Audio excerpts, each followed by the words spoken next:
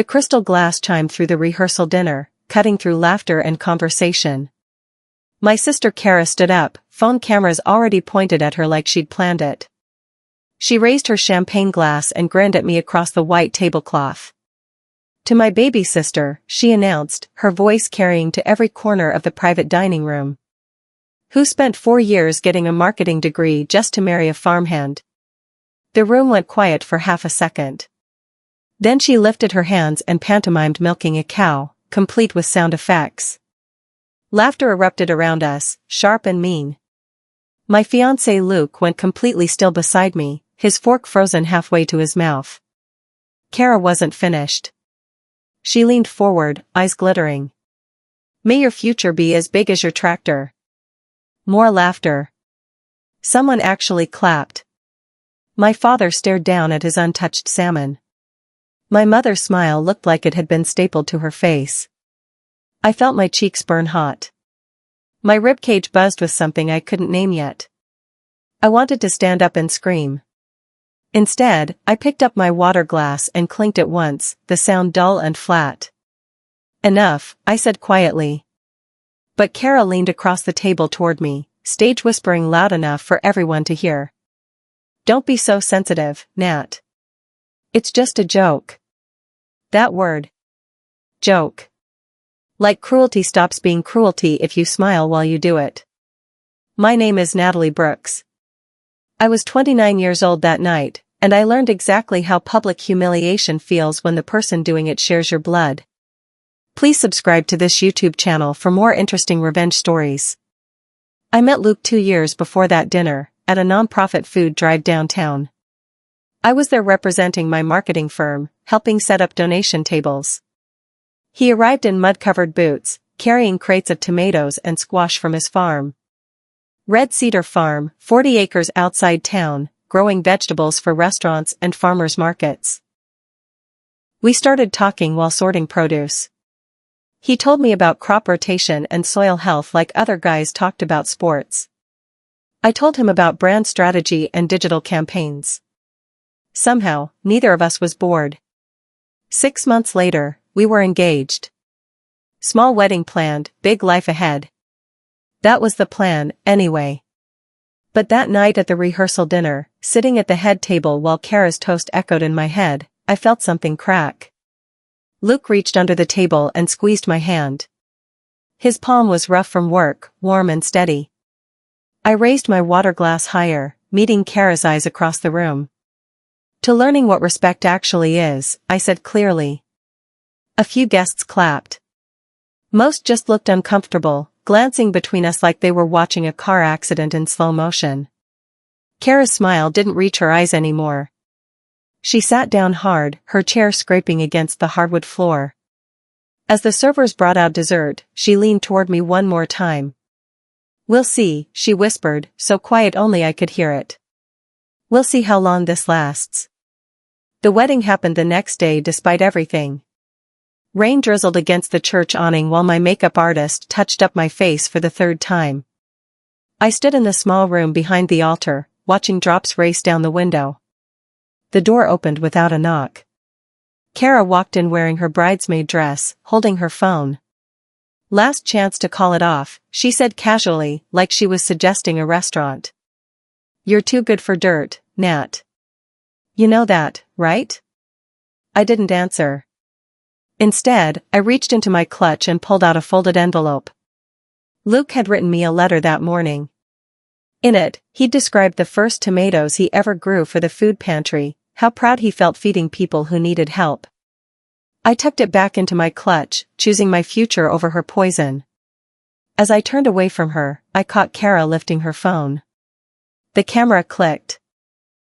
She was taking a photo of my letter, the envelope visible in my hand. She smirked and pocketed her phone. What, she said innocently. Just documenting your big day. I walked past her without another word. 20 minutes later, I married Luke in front of everyone who mattered. Kara smiled in all the photos. Her eyes stayed cold. The first morning after our wedding, I woke up at Red Cedar Farm to the sound of roosters and distant tractor engines. Sunrise poured through the bedroom window, painting everything gold. Luke was already outside, checking irrigation lines. I pulled on borrowed work boots and followed him to the fields. The rows stretched out forever, neat and green and alive. He handed me a valve control sheet, showing me which sections needed water and when. While I was learning the system, my phone buzzed. Instagram notification. Kara had posted a story overnight with a photo from the rehearsal dinner. The caption read, "From boardrooms to barn boots. Some people really do throw it all away." She'd tagged me.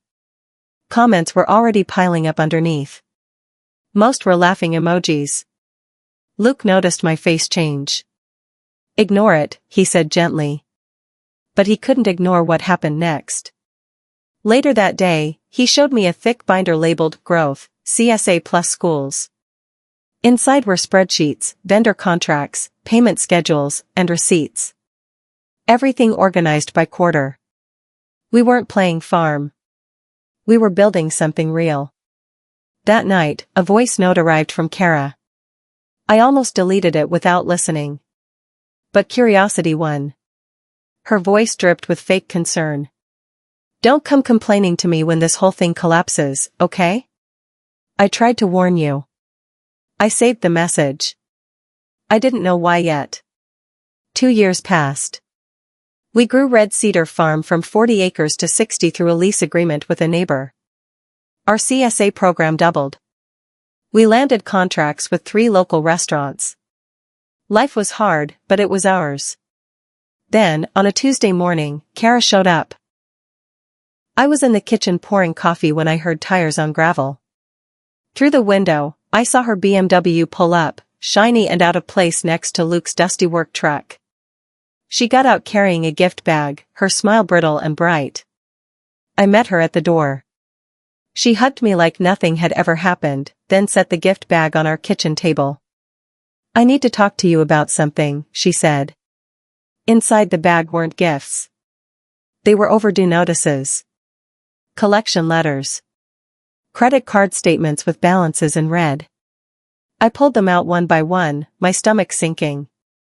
The numbers added up to $68,000. All from Kara's boutique events company, the one she'd started 3 years ago with investor money and big promises. "I just need you to co-sign a consolidation loan," she said quickly. "And maybe float me $3,500 a month for 6 months. Just until I reset." I stared at the papers.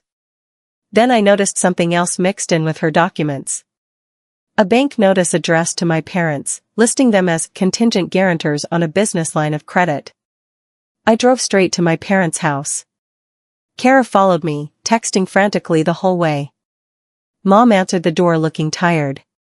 Dad sat in his recliner, reading glasses perched on his nose.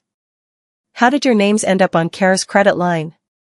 I asked, skipping the small talk. Mom's hands twisted together. Dad's jaw locked. The silence stretched too long.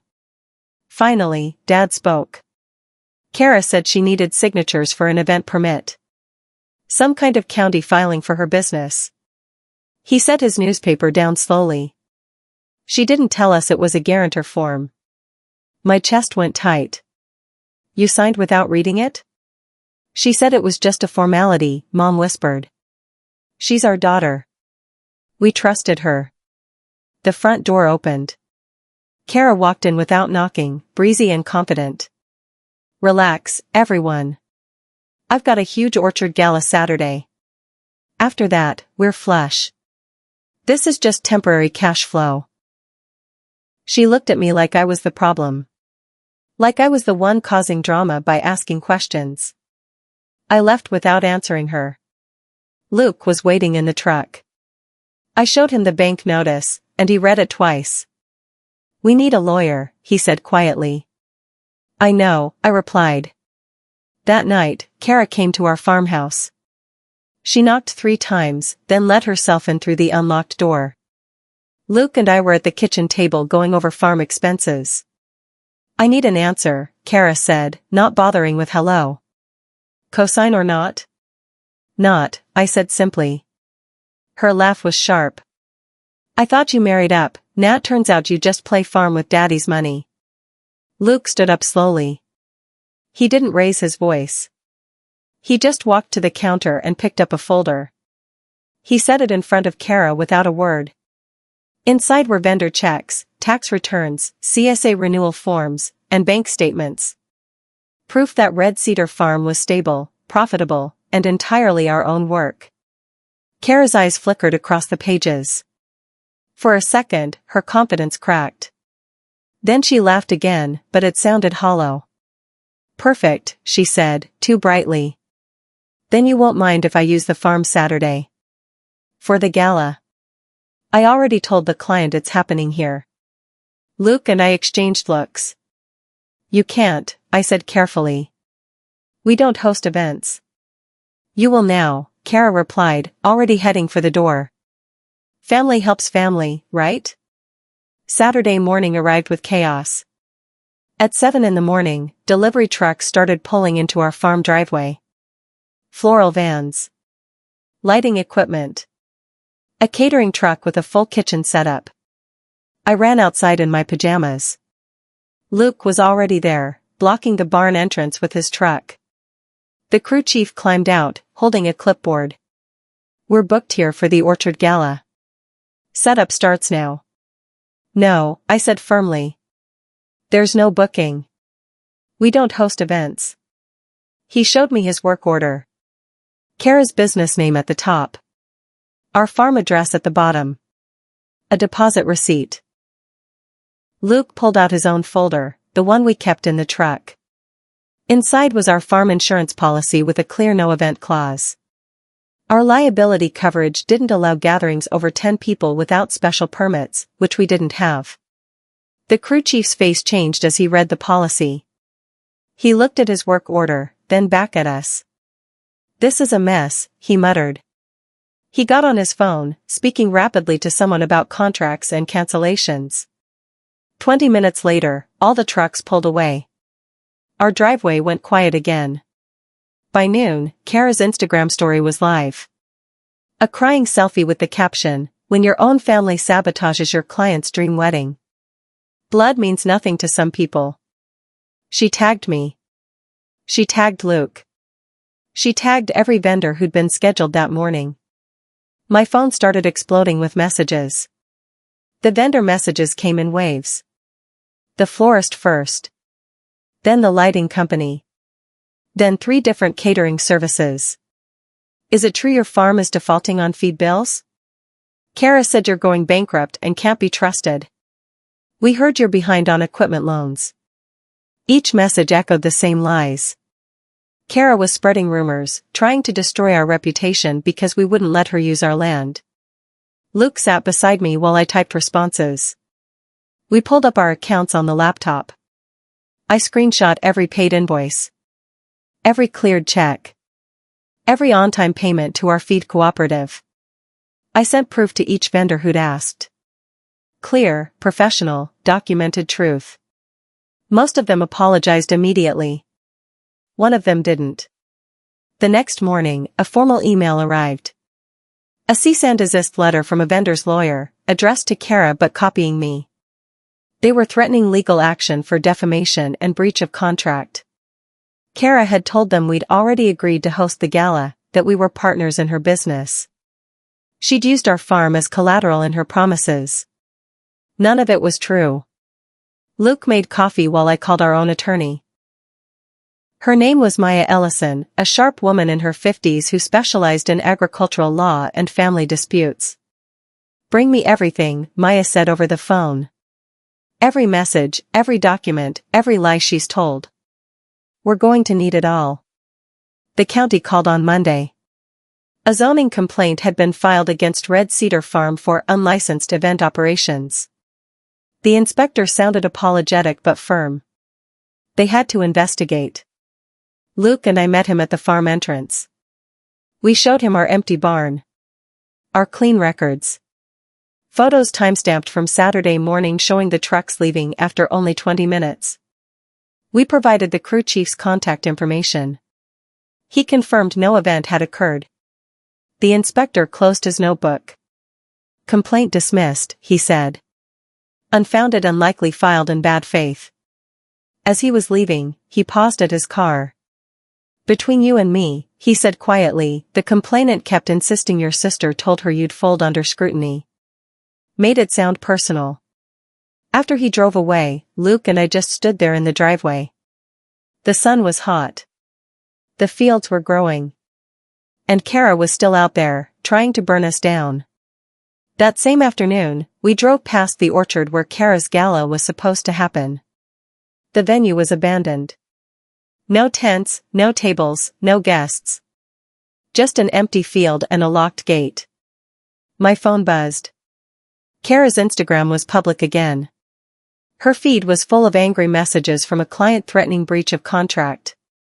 Screenshots of conversations. Payment receipts that didn't match promises. Her business was collapsing in real time, visible to everyone who followed her. Then my mother called. Her voice was shaking. The bank wants a meeting, Mom said. They're saying our house might be at risk if Kara's credit line isn't paid. They used the words foreclosure risk. My hands went numb. I pulled over to the side of the road. When's the meeting? I asked. Thursday morning, she whispered. Your father hasn't slept in 2 days. Luke was already pulling up directions to Maya's office on his phone. We didn't even go home at first. Maya's office smelled like leather and old books. She spread the guarantor paperwork across her desk, reading every line carefully. Her expression got darker with each page. Your parents need immediate protection, she said finally. This form was signed under false pretenses. We can fight it, but we need to act now. She started drafting 2 documents. The first was a formal revocation notice for the unauthorized guarantee. The second was a trust transfer to shield my parents' house from Kara's creditors. How long will this take? I asked. 3 days if we move fast, Maya replied. But your sister will fight back. Are you ready for that? Before I could answer, my phone buzzed. A voice note from Kara. I played it on speaker. Her voice was ragged, desperate. Sign for me today, Nat. Right now. Or Mom and Dad lose everything. Their house, their savings, all of it. This is on you. Your move. Maya looked at me across the desk. That's extortion, she said calmly. Save that message. I saved it.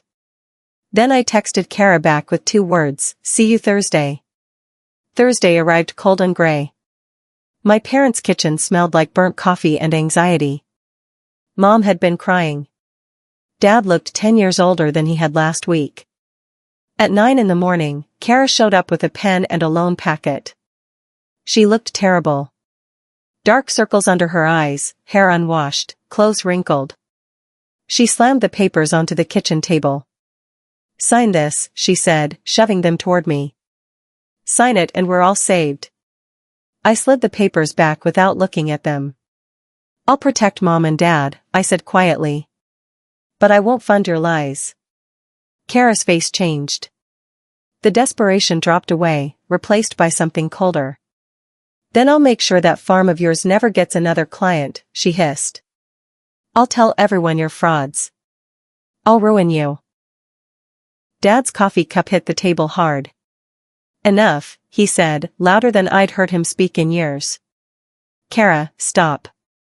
She looked at him, shocked. Then she grabbed her papers and left without another word. The door slammed. The kitchen went silent except for the clock ticking on the wall.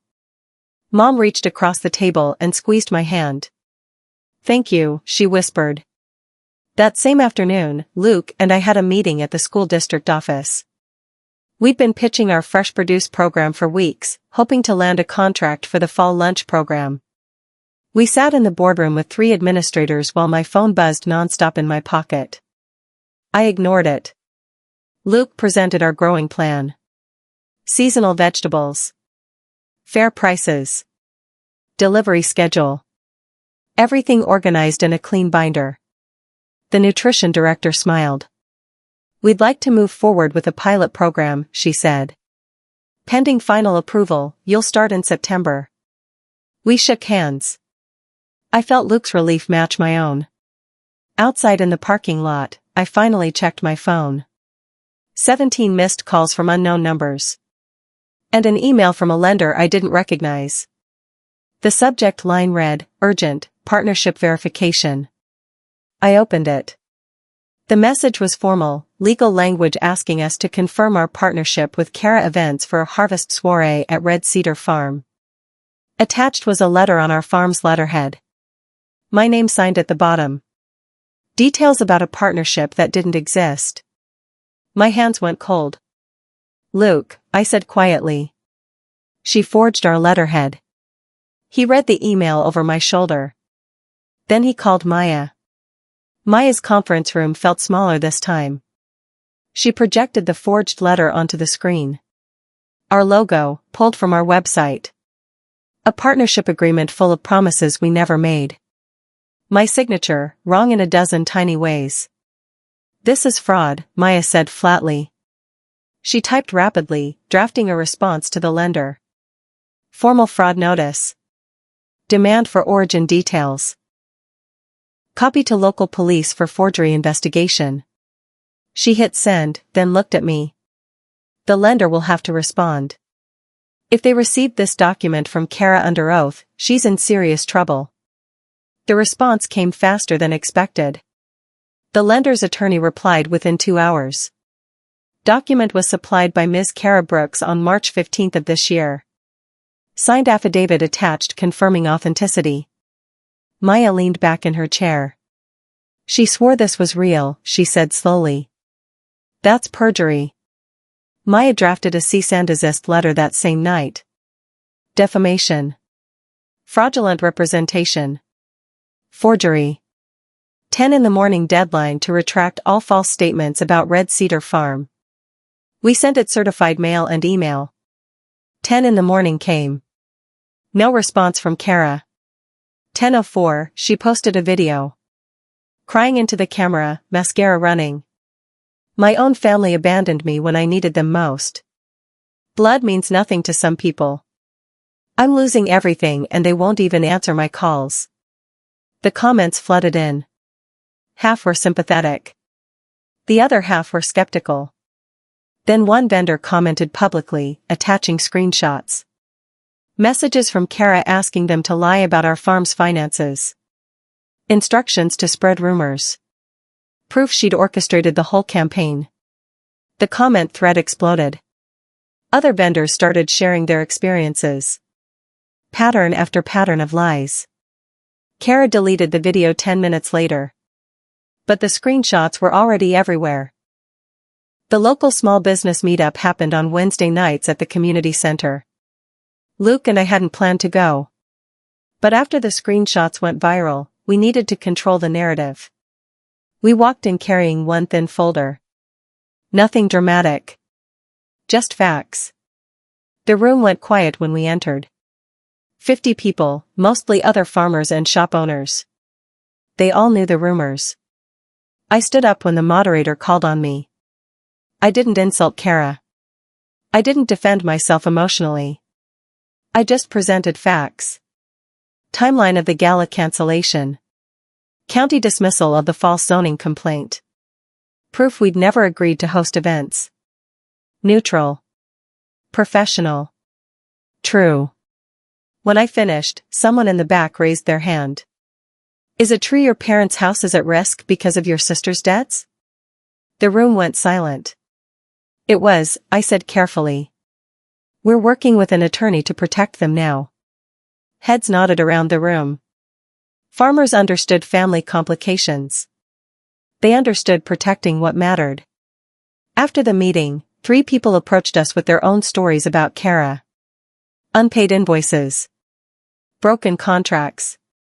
One woman said Kara still owed her $1,200 for catering a corporate event last year. The protective trust transfer for my parents' house required notarized signatures and courthouse filing. Maya scheduled it for Friday morning at 9. We met at the county records office. Dad's hand trembled as he signed the final page. Mom stood beside him, gripping his arm. The clerk stamped the document. Recorded, she said. Effective immediately.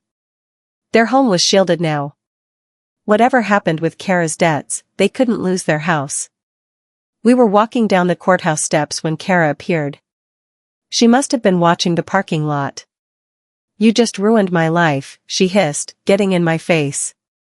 Everything I built, gone because you wouldn't help.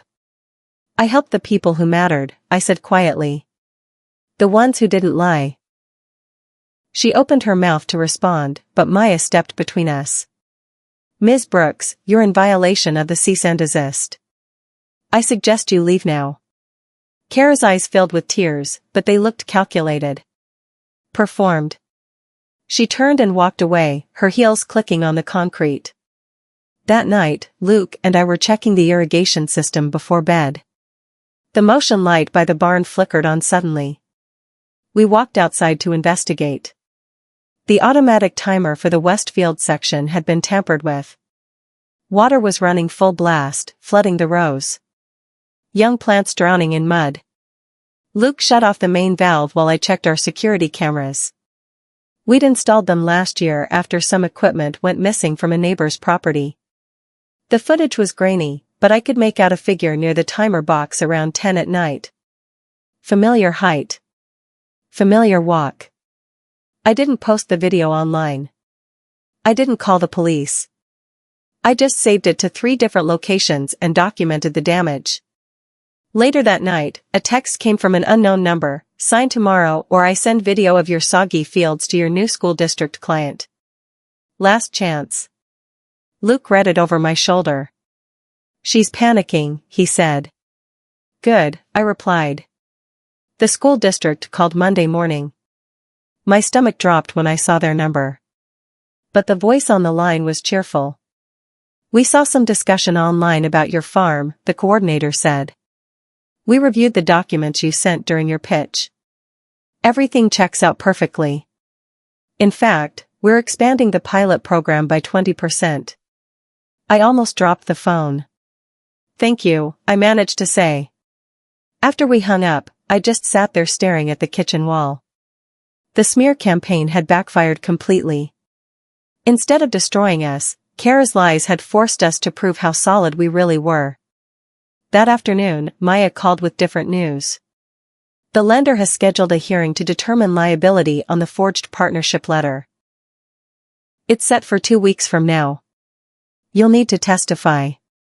Will Kara be there? I asked. She has to be, Maya replied. She's the one who submitted the document. Sunday dinner at my parents' house used to be sacred. But we hadn't all been together since the courthouse filing. Mom set the table like nothing had changed. Dad carved the roast in silence. Kara showed up 20 minutes late, red-eyed and thin. We sat down to eat. Nobody spoke for the first 10 minutes except to ask for salt or bread. Finally, Mom broke. We're family, she said, her voice pleading. We should help each other. Kara needs us. I set my fork down. Family means we don't lie, I said quietly. We don't steal signatures. We don't risk each other's homes. I pulled folded papers from my purse. Copies of the guarantor form. The forged letterhead. The cease and desist. I placed them on the table between the mashed potatoes and green beans. Mom stared at them. Her eyes filled with tears. I didn't know, she whispered. Kara, is this all true? Kara's face crumpled. But she didn't answer. Dad turned to her slowly. Did you do these things? She stood up, her chair scraping back. She left without a word. The front door slammed. Her car started, then faded down the street.